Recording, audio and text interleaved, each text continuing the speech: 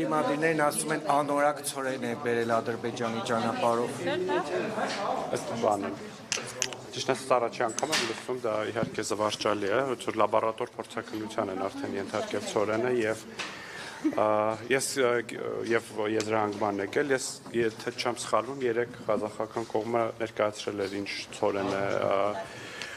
արտահանել դեպի Հայաստան եւ ըստ էության դա ցորեն է, որը օգտագործվում է արտադրության մեջ, հացի արտադրության մեջ եւ այլն, ես չեմ կարող մասնագիտական գնահատական տալ, բայց ակնհայտորեն այդ լաբորատոր ընդդիմության լաբորատոր փորձաքննության եզրահանգումները նեն արժանի ծաղրի եւ կամահարանքի։ Նոր փոխնախարարը, բայց չհերքեց, որ միջորդ կարգի ցորեն է, անասնագերի համար է, էկոնոմիկայի փոխնախարարը քիչ առաջ մեր հետ զրույցում։ Ես ճիշտ ասած պետք է լսեմ էկոնոմիկայի փոխնախարարի ասածը, որպեսզի կարողանամ մեկնաբանել։ Ես ցորենի մասնագետ չեմ, ինչպես գիտեք, եւ հատկապես նոր եկած ցորենի վերաբերյալ չեմ կարող ասել։ Վստահ չեմ, ասում եմ, ղազախական կողմը մեկնաբանություն էր տվել, որը նշում էր նաև, որ դա հնարավոր է, այսինքն օգտագործելի է տարբեր արտադրության համար, հացամթերքի արտադրության համար։ Ինչու օրինակ չեն փորձել գոնե առաջին կար կամ երկրորդ կար, այսինքն որպեսզի այս աղմուկը չլինի, ինչու այսինքն նաև ցորենի կարիքը կա, դրա համար են Այգելի գործընկերներ, ես կան կարիքներ, ես ենթադրում եմ, որ Հայաստանը իր տարբեր կարիքների համար, այս խոսակցությունը ճիշտ ասած իմ համար շատ նոր եւ անակնկալ է, դրա համար չեմ կարողանում շատ հստակ բեկրաբանել ձեր հարցերին, այնուամենայնիվ Հայաստանի Հանրապետությունը ունի կարիքներ եւ ըստ իր կարիքների է ներկրում ապրանքներ, հատկապես այդպիսի կարևորության ապրանքներ, եւ ես ենթադրում եմ ղազախական կողմի հետ բանակցություններում պայմանավորվածություն է ձեռք բերել, թե ինչ կարգի եւ ինչ նպատակով օգտագործելու Սամվել Ալեքսանյանի ընկերությունն է դա ներկրել։ Չեմ կարող ասել ճիշտ ասած։ Դուք ամեն ինչ գիտեք, ես ճեպազրույցի Բայրամով ահացածույցը բավական նշագրավ այնպես հայտարարություններ էր արել, մասնավորապես, որ Նիկոլ Փաշինյանը միջ պատերազմը խոստացել է լուծել Ղարաբաղի հարցը, Արցախի հարցը, բայց հետո փոշմանել է, խոստումը չի կատարել։ Նախ ինչ պայմանավորվածության մասին է դուք թիմի անդամ եք եղել եւ ինչու է Փաշինյանը որոշել, որ չի կարող եւ ասել է օրինակ ինձ կուտեն, չգիտեմ, այսպեսի արտահայտություն։ Իսկ թվում է վերջին 7 տարիների Ղարաբաղյան հարցի շուրջ բանակցությունների եւ Ադրբեջանի եւ Հայաստանի միջև բանակցությունների վերաբերյալ խոսակցությունները շատ թափանցիկ եւ հրապարակային են եղել, հատկապես վերջին տարիներին այդ մասին ամեն ինչ խոսվել է եւ նաեւ այն տարիներին մենք գիտենք, որ եղել են Հայաստանի եւ Ադրբեջանի միջև բանակցություններ, այդ բանակցությունները առանձնապես արդյունքներ չեն տվել եւ եղել է դրա քննադատություն, եղել է այդ քննադատության որոշակի մասի ընդունում Հայաստանի կառավարության կողմից, բայց նաեւ աշխարհակահաղական իրավիճակի հետ կապված խնդիրները փոխվել են։ Ես չէի ցանկանա այդպես չէի ցանկանա մանրամասնել Ադրբեջանի արտգործնախարարի ասածները, հաշվի առնելով, որ այդ ամեն ինչը հայտնի է մեզ, ձեզ, բանակցությունները 18 թվականից այս կողմ Հայաստանը նաև քննարկումներում ասել է, որ նաև Լեռնային Ղարաբաղը պիտի մասնակցի այն ժամանակ բանակցություններին որպես իր ճակատագրի որոշող, ես կարծում եմ այստեղ ինչ որ նոր ես այդ հարցազրույցը նայել եմ եւ որևէ նոր բան այնտեղ չեմ տեսել։ Ադրբեջանը Բաքուն կներեկը Հայաստանին է մեղադրում բանակցությունները տապալելու եւ իր քայլերով, սադրիչ քայլերով պատերազմ հրահարելու համար եւ Բայրամովը փակագծեր է բացում, որ իրենք մի փաստաթուղթ են պատրաստել այդ սադրիչ գործողությունների, որը ներկայացրել են միջև պատերազմը եւ պատերազմից հետո բոլոր արտերկրի դիվանագետներին։ Խոսքը եւ Տոնոյանի նոր պատերազմ, նոր տարածքներ եւ Նիկոլ Փաշինյանի Արցախը Հայաստան եւ վերջ հայտարարությունը եւ Լեռնային Ղարաբաղում համահայկական պատմության մեջ առաջին անգամ համահայկական խաղերի անցկացումը եւ Տավուշի հուլիսյան մարտերը, որտեղ ադրբեջանցի գեներալ սպանվեց եւ հետո Սարդարապատում բավական մեծ շուկով վարչապետը պարգևատրեց բոլոր զինծառայողներին։ Այս բոլոր հանգամանքները մատնանշելով նշում են, որ ի վերջո այս ամեն ինչը տարավ բանակցային փուլից Փաշինյանի հրաժարվելու եւ պատերազմ հրահարելու։ Սրա դուք համաձայն եք։ Համաձայն չեմ, որովհետեւ Հայաստանը ելքեր էր փնտրում երկրում հակամարտությունը խաղ կարգավորելու համար, բայց նաև ակնհայտ էր, որ Ադրբեջանը պատրաստվում է պատերազմի եւ բնական է, որ պատերազմի պատրաստվող երկիրը հիմա պետք է այդ որը տարբեր փաստարկներով արդարացնի իր ռազմական գործողությունները, ռազմական ագրեսիան։ Շատ հետաքրքիր զուգադիպությամբ նաև նույն փաստարկներով Հայաստանի Հանրապետությանը մեղադրում էր նաև Ռոբերտ Քոչարյանը իր վերջին տված ասուլիսում։ Այդ զուգադիպությունը եւս եւ Սերժ Սարգսյանը եւս այդ զուգադիպությունը եւս ցանկանում եմ ձեր ուշադրությանը հրավիրել, որ ըստ էության Ադրբեջանի պետական գործիչները, քաղաքական գործիչները եւ Հայաստանի նախկին նախագահները նույն մեղադրանքներն են հնչեցնում Հայաստանի Հանրապետությանը, ինչը չափազանց անհնարին է փաստարկների համաձայն Հայաստանի Հանրապետությունը կրկնում եմ այդ տարիներին, 2 տարիներին, հա, ըստ էության փորձում էր դուրս գալ այն իրավիճակից, որը չհանգեցնի ռազմական հակամարտության, պատերազմի եւ չի հրաժարվել բանակցությունից, բնականաբար չի հրաժարվել բանակցություններից, ուղղակի նաեւ 2015 չէ, ուղղակի նաեւ ակնհայտորեն այդ բանակցությունների բովանդակության համար շատ փոքր տարածք է եղել Հայաստանի Հանրապետության համար, որովհետեւ շուրջ 20 տարի բանակցային այնպիսի ճարտարապետություն հյուսվել եւ Հայաստանում դրա այնպիսի հակառակ պատկերն է ներկայացվել, որ բարդ էր այդ փոքր տարածքի մեջ մանևրել եւ դրան զուգահեռ նաեւ ուժերի բալանսներ կտրուկ փոխվել Հայաստանի եւ Ադրբեջանի միջեւ, ինչը բարդացնում էր Հայաստանի։ Խանդանյանիչի մասին նշվում է եւ Սերժ Սարգսյանը եւ երկրորդ նախագահը Ես Հայաստանը փորձել է բանակցել իրավիճակի վերաբերյալ, ինչ մնացած ամեն ինչի մասին, ինչպես նշվել է, դրանք հրապարակվեն։ Ես չգիտեմ, դա կառավարության տիրույթում է եւ ինչպես խոստացվել է, մինչեւ տարեվերջ կհրապարակվեն։ Բանակցությունները շարունակվել, պարոն Խանդանյան, երբ որ պահից դադարեցին բանակցությունները, ինչի մասին խոսում ադրբեջանական կողմը։ Դուք գիտեք բոլոր հանդիպումների մասին այդ ընթացքում ոչ տեղի են ունեցել, այսինքն ամիս-ամսաթվերով չեմ կարող ասել, բայց 18-19 թվականներին տեղի են ունեցել հանդիպումներ Հայաստանի եւ Ադրբեջանի միջև եւ այդ բանակցությունները ես օր-ամսաթվով չեմ կարող ասել, բայց դե միջև 2020 թվականի միջև պատերազմի սկսվելը ակնհայտորեն կար բանակցային գործընթաց, դրա արդյունավետության մասին արդեն գնահատականները տարբեր են։ Երբ որ Փաշինյանն ասում էր զրոյական կետից եմ սկսում, այդ ժամանակ կանգնել էր արդեն բանակցություններ, այլևս Ադրբեջանը որևէ ձևով Հայաստանը կրկին նշում են, որ տվյալ իրավիճակում բանակցային այդպիսի ժառանգության պայմաններում փորձում էր ելքեր գտնել, որպեսզի բանակցությունները շարունակվեն եւ մեկն է դա ինքը հասկացել էր, որ որևէ տարբերակ այլևս չկա, պետք է զրոյից սկսել։ Դե ակնհայտորեն այո, որովհետեւ այն կար բանակցային ժառանգություն եւ բանակցային տրամաբանություն, որը բերել եւ կանգնեցրել էին այդ բանակցությունները, ինչպես 18 թվին Սերժ Սարգսյանն էր ասել, եւ բայց դրա զուգահեռ կար նաեւ շատ տարբերվող, կտրուկ տարբերվող հանրային ընկալում եւ Հայաստանի խնդիրներ, որպեսզի այդ բանակցություններն ու հանրային ընկալումները փոքրինչ մոտեցնել իրեն, ինչը չստացվեց ցավոք սրտի։ Գիտեք, այդ մասին շատ երկար է այդ մասին շատ է խոսվել, արդեն քանի տարի այդ հարցը տալիս եք, ասում ենք, որ կար անհնարինություն։ Խանդանյան չասացին հայկական կողմը այդ 19-ի նոր առաջարկները, որոնց մասին խոսում են բոլորը, մերժել է հայկական կողմը, թե դրանք քննարկել, իրականությունը որտեղ է, գուցե դուք իշխանության տեսակետը ներկայացնեք։ Քննարկվել են իհարկե այդ փաստաթղթերը, բայց արդյունքում որևէ, այսինքն արդյունք չի եղել, հա, այդ իրադարձություններին։ Ես չեմ կարող բան անել, հա, ես չեմ կարծում, որ Հայաստանը մերժման նամակ է ուղարկել։ Պարոն Խանդանյան, անկլավների հետ կապված եւ Նիկոլ Փաշինյանը ասում է Արցախը պետք է վերադարձնենք, բայց մենք Ադրբեջանից չենք տեսնում երբևէ որ խոսի փոխանակման մասին, այլ միայն պահանջներ են ներկայացում, որ պետք է Հայաստանը վերադարձնի այդ 4 անկլավները։ Հիմա դուք վտանգ չեք տեսնում, որ Ադրբեջանը պատրաստ չէ փոխանակել։ Այդ անկլավների հարցը արգելի գործընկերներ բազմիցս է քննարկվել, կա այդպիսի հարց եւ դա պետք է արդյագրվի սահմանազատման գործընթացի շրջանակներում, այսինքն այդտեղ որևէ թաքցնելու բանի թեմա չկա, այսինքն փոխանակման հարց այս փուլում չի կարող լինել, որովհետեւ նախ պետք է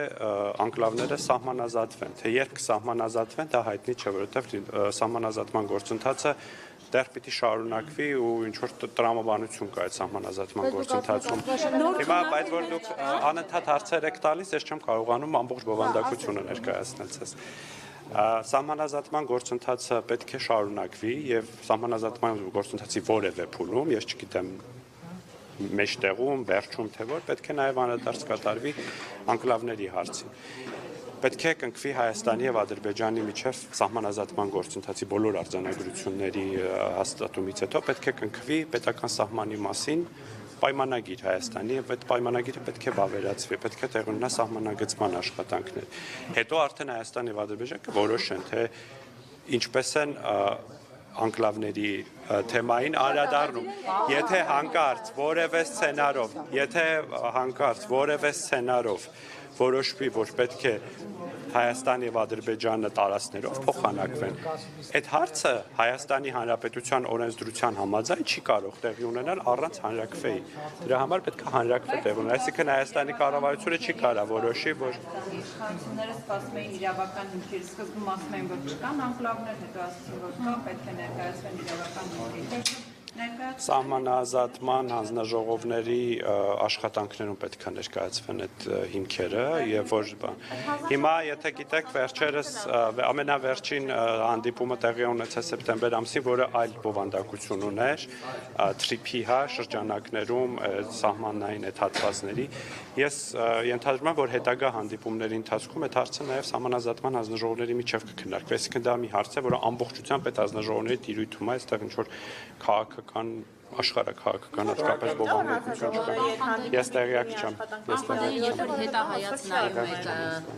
արդյոք ճիշտ է այդ հայտարարությունները, որոնց մասին ես քիչ առաջ նշեցի, որ Արցախը Հայաստան է, եւ երբ որ հետահայաց եք նայում, արդյոք ճիշտ է ասել, որ գնացեք եւ Լեռնային Ղարաբաղի հետ բանակցեք, ինչը Ադրբեջանը անցալել է որպես բանակցությունների ավարտ, բազմամյա բանակցությունների ավարտ տապալում եւ հետեւաբար այդ թեման ոնց որ մանրամասն անդրադարձանք, այդ թեմային այնքան երկար ենք խոսել, վարչապետը այնքան մանրամասն է խոսել այն հայրենասիրության մոդելի մասին, այդ հայրենասիրության մոդելից բխող հայտարարությունների մասին, խոսել է պատասխանատվության մասին,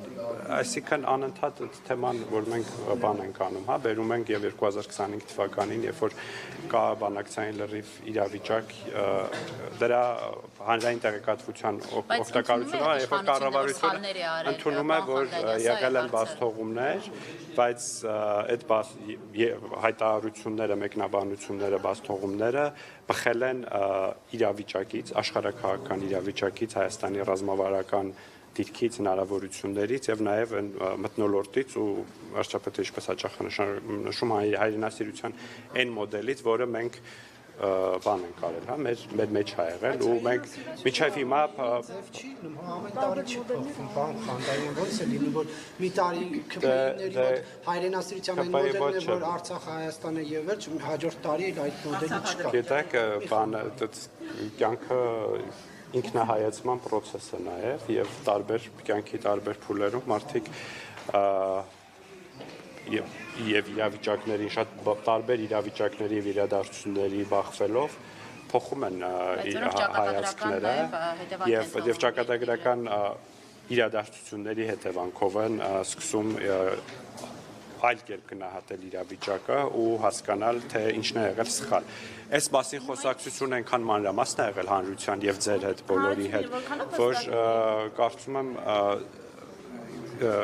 անդադար քննարկվում է, չէ, իրական Հայաստանի գաղափարախոսությունը։ Դառնի, որ ձեր հայրենասիրության մոդելը նորից չի փոխվի։ Իվաշկյան այստեղ հարց են տալիս էլի։ Արարած դերը հանել, իրական Հայաստան, մի խոսքով, այդ անգամ այդ քարոզի դեպքում Ադրբեջանը չի, այսպես ասած, չի սսկվում եւ անընդհատ փորձում է ծավալապաշտական նկարտումները, անգամ Ադրբեջանի խորհրդանի պատգամավոր ասում է, եթե Թրամփի ճանապարհը չբացեն, ուժով կվերցնենք։ Այսինքն Հայաստանում է ձեր ասած նոր հայրենասիրական մոդելին Ադրբեջանից որևէ այսպես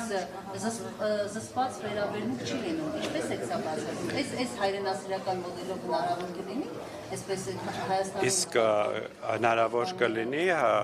կրկին Հայաստանի սահմանները առաջ տալու մոդելով փորձել խաղաղություն հաստատել տարածաշրջանում։ Հայաստանի Հանրապետությունը 29743 կիլոմետր տարածք ունի եւ 29743 կիլոմետր 29743 կիլոմետր քառակուսի կիլոմետր տարածք ունի եւ այդ տարածքներից դուրս Հայաստանի Հանրապետությունը հայրենիք չի փնտրում, Հայաստանի քաղաքացիների բարօրությունը եւ մեր ժողովրդավարության զարգացումը Հայաստանի Հանրապետությունը տեսնում է այս տարածքներում։ Ղանկանյան որքանով մի վար 2019 թվականի առաջարկի մասին որ խոսվում է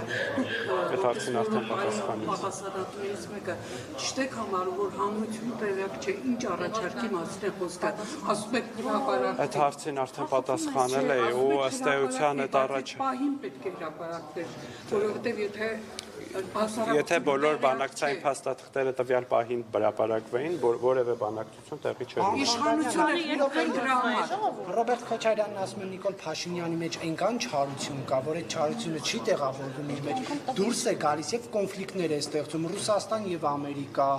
չգիտեմ, Ամերիկա, Չինաստան, դուք սա ինչպես եք մեկնաբանում։ Ճիշտն ասած, այդքան չար։ Ոնց մեկնաբանեմ, Նարեկ ջան, ասենք դա ինչ ասելու բան է։ Մի հատ կասեք Հայաստանը եւ Չինաստանի եւ Միացյալ Նահանգների միջեւ ինչպիսի կոնֆլիկտ է հրահրել։ Չէ, նա ասում է ոչ թե կոնֆլիկտ է, ասում է, որ ամեն Հայաստանի Հանրապետությունը վարում է բալանսավորման եւ բալանսավորված արտաքին քաղաքականություն եւ մենք հաշվի առնելով մեր աշխարհագրական դիրքը, աշխարհաքաղաքական դերակատարումը փորձում ենք նորմալ հարաբերություններ հաստատել բոլոր կողմերի հետ։ Առաջին հերթին փորձում ենք լավացնել մեր տարածաշրջանի երկրների հետ հարաբերությունները, նորմալացնել են հարավյանների հետ, որոնց հետ ունենք հարաբերություններ եւ նաեւ մեր բոլոր գործընկերների հետ փորձում ենք ունենալ լավ ռազմավարական հարաբերություններ։ Պարոն Խանկանյան, մի հարց էր, նոյեմբերի 9-ին ինչու որևէ մեկը քրոպահականներից երրաբլուր չգնաց, մոռացվել է այդ օրը, թե ինչ նպատակ կա, որ ընդհանրապես չեք հիշատակում, չեք գնում, խոնարհում չեք հայտնում։ Որևէ մեկը չի մոռացել, ուղիղ 10 րոպե առաջ ազգային ժողովի նիստերի դահլիճում ազգային ժողովի նախագահի տեղակալը օրենքի նախագիծ էր զեկուցում տոների եւ իշատակի օրերի օրենքում լրացում կատարելու վերաբերյալ եւ